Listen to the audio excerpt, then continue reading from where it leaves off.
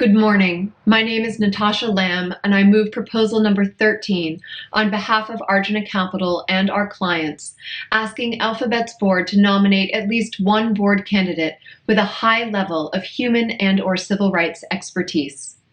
Shareholders believe this oversight is necessary to avoid widespread violations of human and civil rights in light of the hate campaigns, violence, and privacy violations that have been disseminated over the company's platform.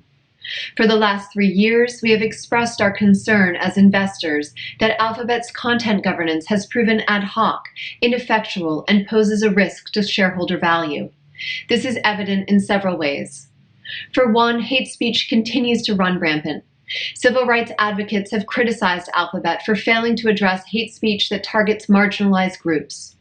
And in spite of the company's June 2019 crackdown on hate speech, the Anti-Defamation League has found, quote, a significant number of channels on YouTube's platform continue to disseminate anti-Semitic and white supremacist content, end quote. Second, dangerous speech and violence continues. The Christchurch terrorist attack in New Zealand, which was broadcast over YouTube, was so abhorrent that it led to a global call to limit the spread of extremist content over social media.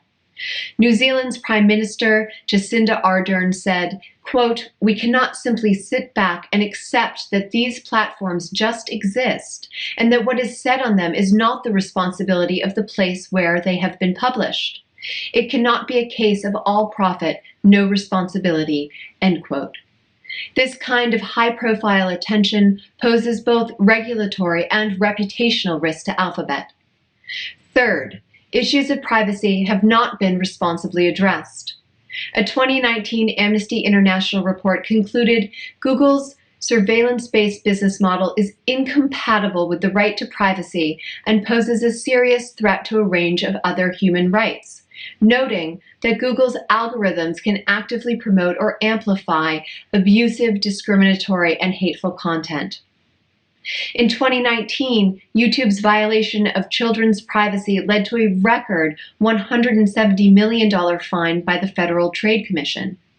And in January, the high-profile departure of Google's global head of international relations brought into question yet again the company's commitment not to participate in surveillance and censorship in China. As fiduciaries, our board is responsible for the stewardship of business performance and long-term strategic planning in light of risk factors like widespread violations of human and civil rights.